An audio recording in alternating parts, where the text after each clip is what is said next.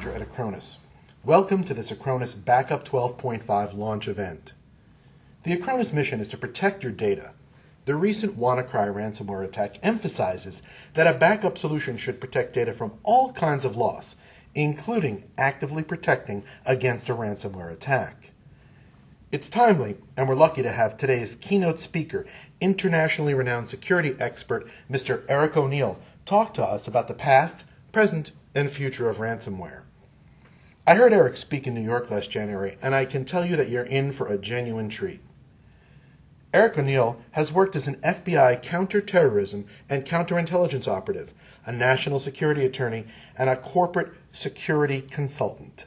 The remarkable true events of Eric's 2001 assistance in capturing notorious spy Robert Philip Hansen is the inspiration behind the critically acclaimed film, The Dramatic Thriller Breach. Eric is an honors graduate of Auburn University who earned his Juris Doctor degree from the George Washington University Law School, also with honors. Eric lectures internationally about espionage and national security, cybersecurity, fraud, corporate defense, hacking, and even about surviving Hollywood. Let's get ready to learn more about the past, present, and future of ransomware and give a warm Acronis welcome to our Acronis Backup 12.5 launch keynote speaker, Mr. Eric O'Neill. Hi, I'm Gary.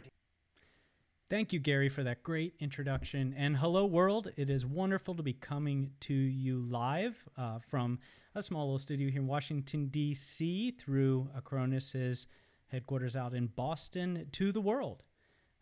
As you heard from Gary, my background is originally in the FBI. I was a counterintelligence and counterterrorism operative. That means I did really cool undercover work in the area of counterintelligence. So that is thinking ahead of the bad guys, seeing what they were going to do before they did it, and try our best to stop them. And when I like to talk about cybersecurity, I often talk about cyber in terms of counterintelligence, catching spies, because that is how you can catch not only the cyber spies, but the cyber criminals and cyber attackers. And I'll be talking about that and many other things in the next half hour. I have you captivated on your computer. So with no further ado, I want to start with the biggest cyber attack that we've seen in the last few months. And when I say last few months, it's because these things are hitting us month after month after month, week after week. I went away for vacation for 3 days. I came back and it was like the world ended because of this ransomware worm called the WannaCry ransomware attack. And WannaCry really put us on notice, something that everyone in the cyber industry already knew. Everyone in cybersecurity already knew that ransomware is the next big way that we're being attacked. And the WannaCry ransomware attack infiltrated and compromised somewhere between 200 and 300,000 computer systems. That's over 150 countries around the world. That's very significant. That's 150 countries. That's as many places as Acronis is working around the world. And this attack was different in that it didn't just lock computers and make people have to pay in Bitcoin in order to get their files back. It spread. It spread in a very nefarious way by exploiting a part of Windows that if users hadn't patched, it was going to continue to spread. So what I want to show you right now is that ransomware lock screen for WannaCry virus. And here you see the screen. And of course it says, oops, your files have been encrypted. What happened to my computer? Well, what happened to your computer is that you were locked by a ransomware virus. So this malware, this malicious software, encrypts most of the user's files. And here WannaCry attacked Windows PCs with a pretty unbreakable encryption. You are not going to have the time, money, or ability to crack this encryption. The message, of course, informs the user, hey, you have to pay a ransom. You pay me, and I think WannaCry was usually around $300 in Bitcoin, which is a cryptocurrency. And then because attackers are smart and they use a pressure situation to get you to pay, they don't want to give you a lot of time to think to try to solve the problem. They want you to pay to get your files back. They give you a countdown timer. You see that on the left. The payment will be raised, and here it's giving you a little under 3 days. And what happens in 3 days? They triple what you got to pay. And then, of course, at the end of a week, they delete everything. So all of your data, think of the business data you have, the intellectual property you have, the important things that you are storing on your computer systems, all gone. That can throw your business into a death spiral. It can make your family life miserable if you've just lost everything on your personal computer. And it can cause significant problems, not just in terms of your bottom line and finances, but your reputation.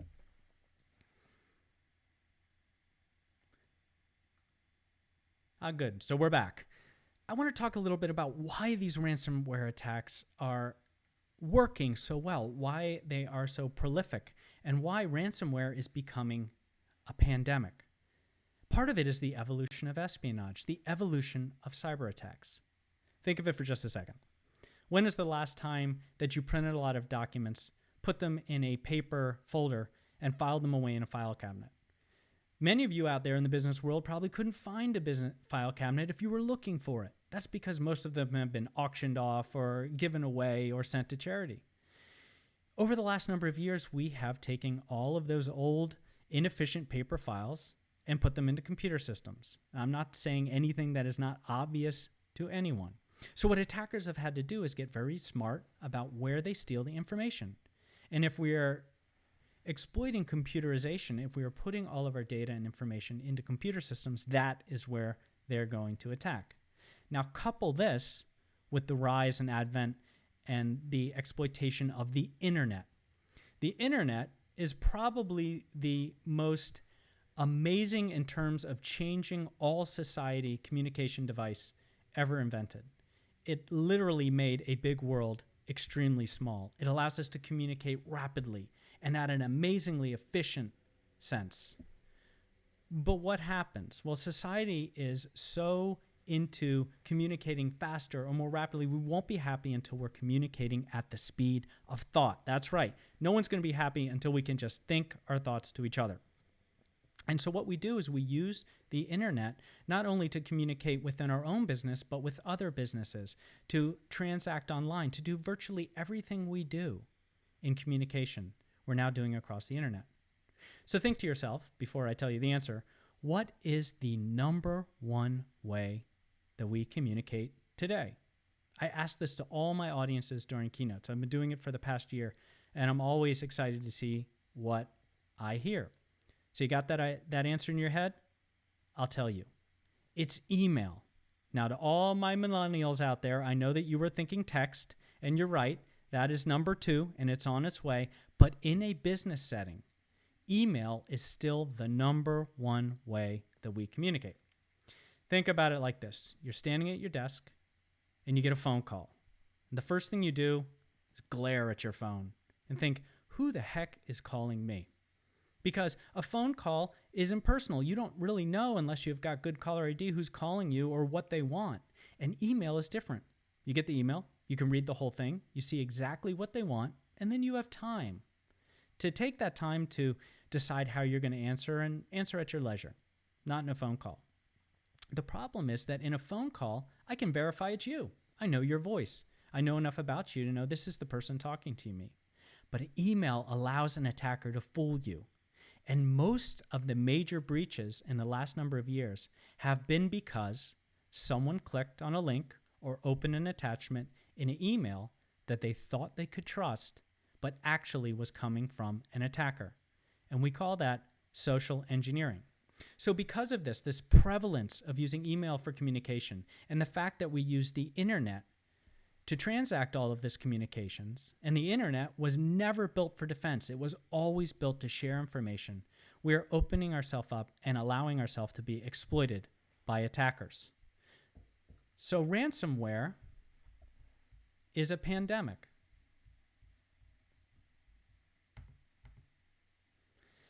And in this pandemic, we have to worry about what is coming after us.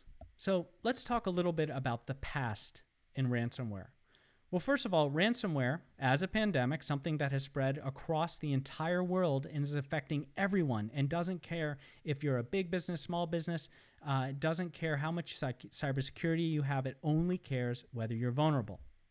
Number one, it was the highest profile cybercrime of 2016. So of all the crimes out there using the internet, using computer systems, ransomware was the largest, and this comes from FBI statistics. Ransomware was an over $1 billion crime in 2016. That comes right from the FBI statistics report.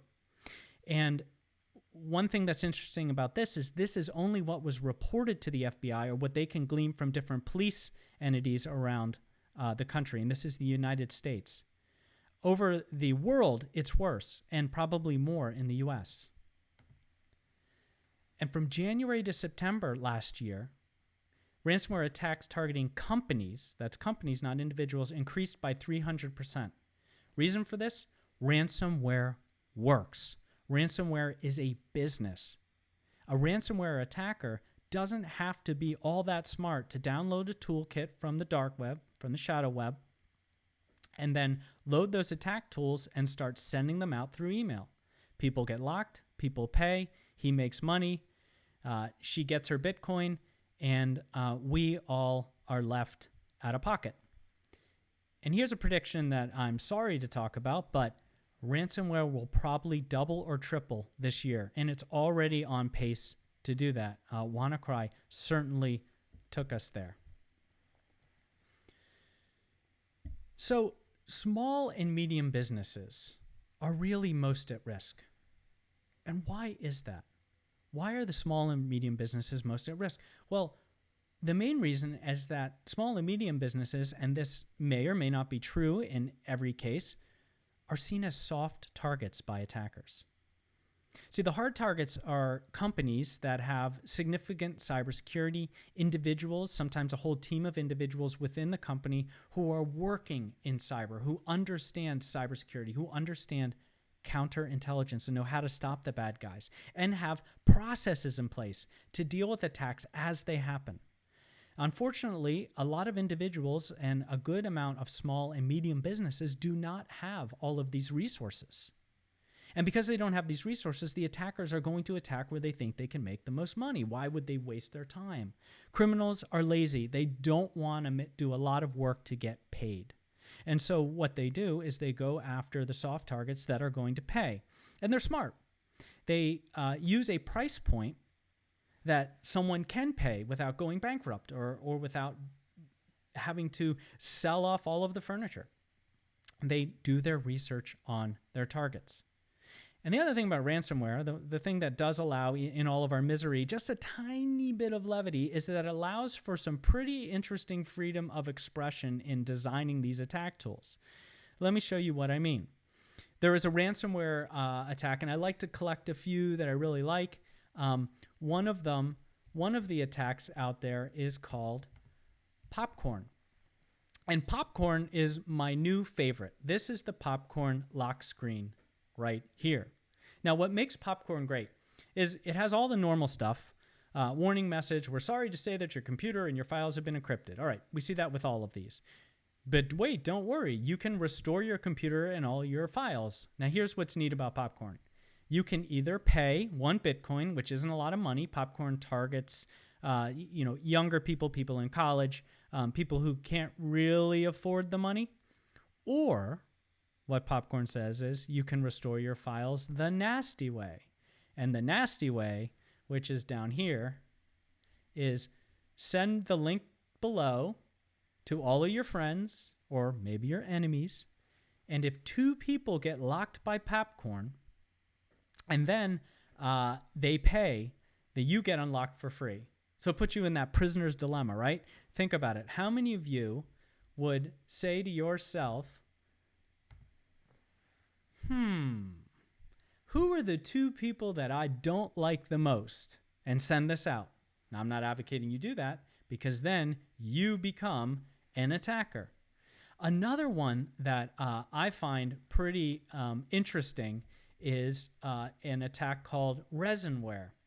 And ransomware is was actually developed by a ransomware was developed by a college student who was, for fun, trying to create his own special ransomware attack.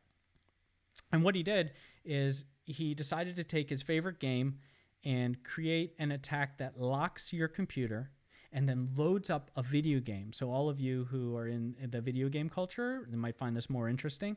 But it loads up a video game, and you have to get 200 million points on lunatic level to get yourself unlocked, right? Let me show you what this looks like. So this is lunatic level. And lunatic level, as you can see, is pretty impossible. You're this little icon, and you're trying to shoot through all these things, and if you get hit by these little glowing balls, you pretty much die and you can't make it. So here we are, locked with this resin ransomware, and you literally would have to go on YouTube and find the 4 people who have actually gotten 200 million points on lunatic level. And if you actually manage to get one of them to help you, they'll unlock you. Otherwise, you're pretty much paying the ransom. The funny thing is that the poor guy who developed this ransomware as a joke and then, uploaded it to a file sharing site, and some attackers got it, thought it was fun, and started sending it around. He got locked by it. Oops, a little bit embarrassing, and he had to pay to get unlocked. That's pretty terrible. And of course, going back to WannaCry, this is the latest and the greatest and the worst. Fortunately, WannaCry, we were able to, not we, but a very intelligent researcher was able to find a kill switch. There have been a few more vectors out there that are starting to attack. One more thing I want to say about WannaCry is WannaCry was leveraging attack tools that were stolen from the United States National Security Agency, the NSA. We have lost information from both the NSA and the CIA, and the NSA was stolen by the shadow brokers, and in the NSA from the Vault, what they're calling Vault 7, which was dumped on WikiLeaks. The problem there is that's a lot of attack tools that the U.S. government is using to spy, because all espionage is now conducted on computer systems, so you can't really blame them. The problem is that when the stuff gets leaked and attackers all over the world, criminals are able to access it and use it against us, that is where the real pain comes. So I'm going to predict right now that we're going to see a lot more of the sort of WannaCry ransomware attack. And like I said, ransomware affects all areas of industry. It targets small and medium businesses, but it's not just being used for criminal enterprise. Ransomware has been used to lock power companies on our energy grid. Think about that. Ransomware to shut off your lights. Not something that's very fun. So I want to talk a little bit about the future of ransomware. And first of all, Acronis did a great ransomware survey. And in that survey, they found that more than 50% of the respondents to the survey, this was in December 2016, were worried that connected home devices, like your cameras or a voice-controlled speaker or other things that you've connected to the internet in your home, Internet of Things devices, could make you vulnerable to a cyber attack. I agree. Why? Well, one of the problems is that most of us buy these things, and statistically, there have been plenty of research to show that most people buy these things and don't set a password. So you get your router and you're using your default password. You get your internet security camera that you plug in and connect to the internet so you can see what's going on in your house on your tablet when you're away, and you don't change the password using the default passwords. Think about all of the things that we're connecting to our home. Refrigerators. I can turn on my air conditioning on my way home from vacation so my house is just right when I get in. Heating.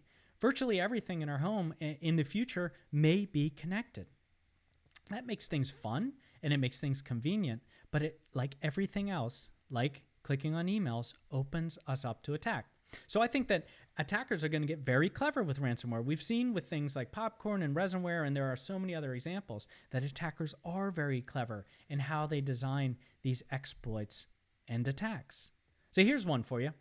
Let's say you're super late for work and you run out to your car, and this is late for work and you've got to be there on time. You're only just going to make it if you make all the lights and there's not a lot of traffic, but you have high hopes. And if you don't get to work, you're going to get fired because you've been late too many times, or you're not going to get that big business deal because the client is there and you only have 5 minutes of their time. So you've got to get there to work. There is pressure. You get in your car, you take your thumb, and you put it right on your infotainment system to start up your car and tell them with voice commands where your car is going to go, because the future is going to be self-driving cars, right? We're not quite at the Jetsons yet, but we're getting close. And your car gives you a lock screen, and the lock screen says, your car has been encrypted, and we will drive you where you want to go if you pay us X amount of Bitcoin. Let's say they make it really small, like $200 worth of Bitcoin, like 1.5 Bitcoin. Do you pay and make it to your meeting? Or do you run back in your house and call the roving IT support that I'm sure will be driving to people's homes in the future and try to get unlocked? You're in a pressure situation. You probably pay. Now let's take it to another situation. You're in your home, your smart home. It's on a Saturday, so you don't have to be anywhere, but you go to leave the house to go shopping and you can't. Your house is locked. Your internet connected, Internet of Things door locks are locked and window locks are locked. Your alarm is set, so you can't open anything. And let's say they turn up the air conditioning and you just throw a coat on, I'll be fine. And then they really get you. They play, all of you who have kids, especially daughters, will understand this. They turn your stereo up and play Let It Go. I'm not going to sing it. I'm not going to do that to you people. But Let It Go as loud as humanly possible, all the way up to as many decibels as they can get. I guarantee you will pay that Bitcoin about as fast as you can go find it. And for those of you who are worried about getting locked and think, I would have no idea how to get Bitcoin, ransomware lockers tend to be very nice. Remember, it's a business. They will help you find the Bitcoin. In fact, ransomware attackers have open chat rooms within the attack environment so that you can talk to them directly, obviously anonymously. The FBI can't even find them. And they will help you buy Bitcoin so that you can pay. And there have even been instances where the attacker has reached out and gained control of the victim's computer in order to help them load the decryption tool and get their files back after the person paid. That's right. They want you to pay and they want you to be happy customers so they can just come back and lock you again in the future and make sure they get that repeat business. So these attacks are coming and they're not going to be good. And in fact, some of the attacks that we're seeing, next slide, please. Some of the attacks that we're seeing are even non-malware attacks. But ransomware is a pandemic. And we need to start thinking of it as a pandemic and start to look for solutions that we can all use to solve this problem.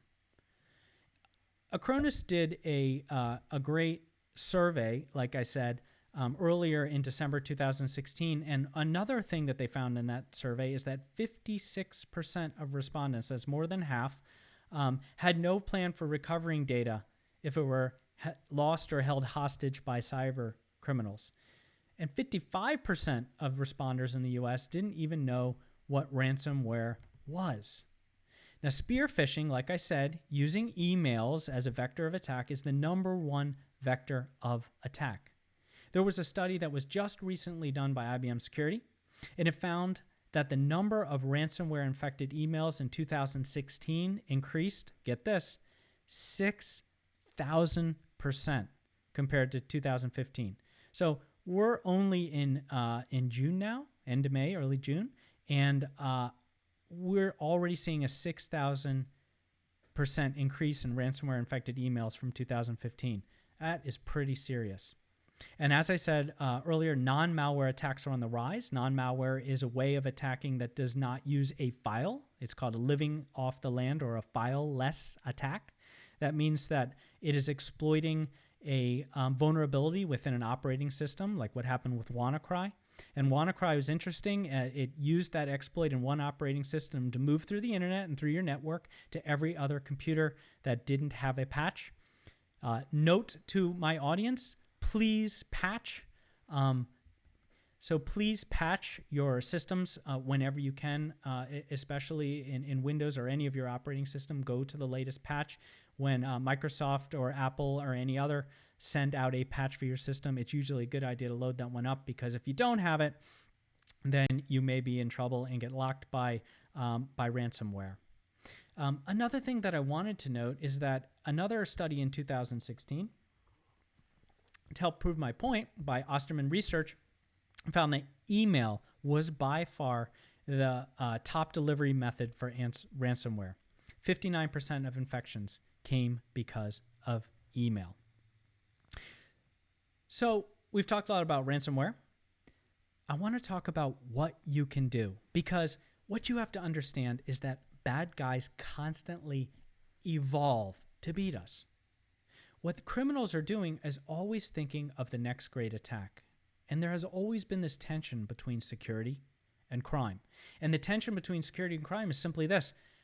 Security tends to respond to crime. Law enforcement responds to crime.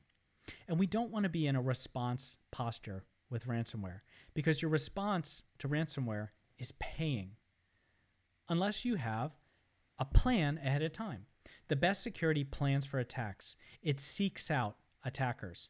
The best security acts like spy hunters, not like responders. Because while security is responding to an attack, attackers are already thinking of the next great attack. And in ransomware, we want to think like spy hunters.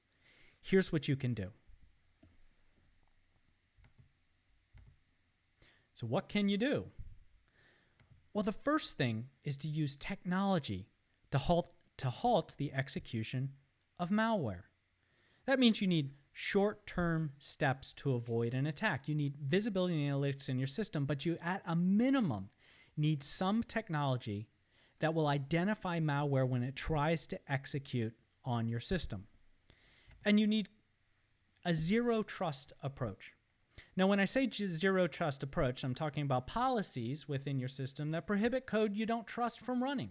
That means that you have cybersecurity that is looking for the malware and stopping it dead in its tracks. Zero trust for me is like this. Zero trust for me is like that Hollywood club, the best Hollywood club. And in that Hollywood club, the most well-heeled, best-dressed people are all lined up. You know, you've seen it on TV, you've seen it on different shows. The Hollywood stars walk right in because they're on the list. But everybody else just stands outside, and you got the biggest, meanest bouncer standing out in front of your club. That is where your data is, and that is your security. Don't let anything execute on your system unless you trust it. So the next thing we need to think about is prevent unauthorized changes, like in a device and registry or files or application control that you don't want to happen. And that goes back to that zero trust. If you don't allow things to run, if you don't like it, then this bad stuff can't execute and lock you up. And for ransomware, especially, you need a backup that is separate from your system. One of the most evil things that ransomware attack tools will do when it installs malware on your systems or compromises your system and locks everything and encrypts it is it then reaches out and deletes all the backups it can find.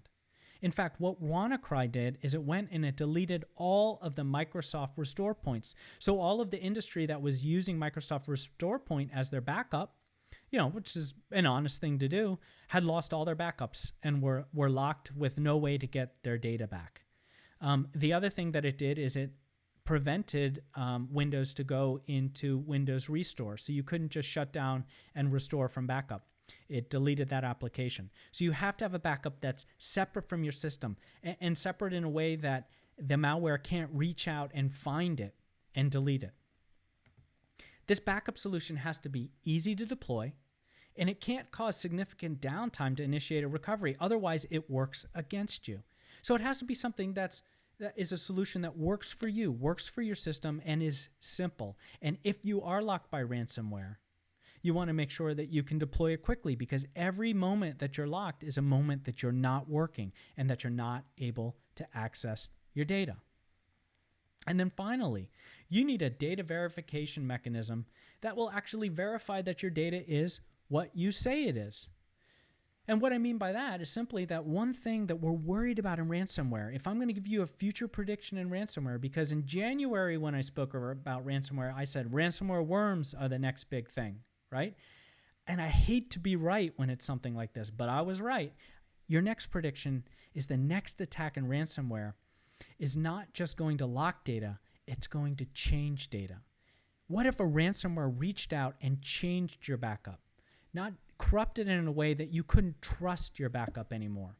Well, you want a backup solution that is going to verify that the backup is the one that you actually backed up. One way to do that is a solution called blockchain. So you want a backup solution that uses blockchain to verify that that backup is actually the backup you wanted, and it isn't one that the ransomware attackers swapped out and changed and messed up and corrupted to cause an enormous amount of disruption in your business. So listen, cybersecurity to protect from ransomware and all cyber attacks really requires three things: technology, people, and process. There we are, my three fingers. Technology, good cybersecurity, a cybersecurity solution, software that protects you, hardware that causes things, that stops things, prevents things from running on your system that you don't want. People. You have to have people that understand the technology you use, but you also have to have people within your business, or if it's just yourself at home, that know enough not to click on these links and emails. If emails are the majority of ways that these attacks are coming, then you want to make sure that people are trained and understand not to submit to that flaw. And then finally, process. You want policies and procedures to protect yourself. One of those is make sure that you have a good backup, and then that backup is at a place where the ransomware can't reach out and get you. You see, we all have to be spy hunters. If we want to solve the problem of ransomware, if we want to address this pandemic, we need to be spy hunters and be active and take control of our cybersecurity and protect our data and systems. If we just react to the problem, we're going to pay Bitcoin to get our data unlocked. But if we act like spy hunters and we are active in protecting ourselves, you can take those steps to protect yourself. And one of the solutions out there is Acronis. So I'm unfortunately unable to take questions and answers right now. We ran into a little bit of a hiccup, but here's what I'm going to do. If you send your questions to me on Twitter at EONEILL, that's just Eric, and then my last name, EONEILL, then I'll, over the next couple days, answer you right there on Twitter, which is nice because then I won't be as wordy as I normally am, and I can give you a very nice, concise answer and try my best to give you a 100% accurate answer, although, of course, as an attorney, I can't say that I'll 100% do that. And it has been my pleasure to host this ransomware and cyber attack defense webinar right now, and I hope to hear from all of you soon. Thank you very much. Thanks to Eric O'Neill for that engaging and educational talk. His advice is important, and his stories illustrate how important it is for all of us as IT professionals to be serious about backup and data protection. You'll soon receive an email with a link to a recording of this session to review. At Acronis, we take data protection seriously. To put Acronis Backup 12.5 and Active Protection against ransomware to the test, we invite you to explore the link on your screen or www.acronis.com. There, you can download and try Acronis Backup 12.5, the world's easiest, fastest, and most reliable backup solution for all your data, whether that data is located on premises, in remote systems, in private and public clouds, or even on mobile devices. Thank you, and this concludes our presentation.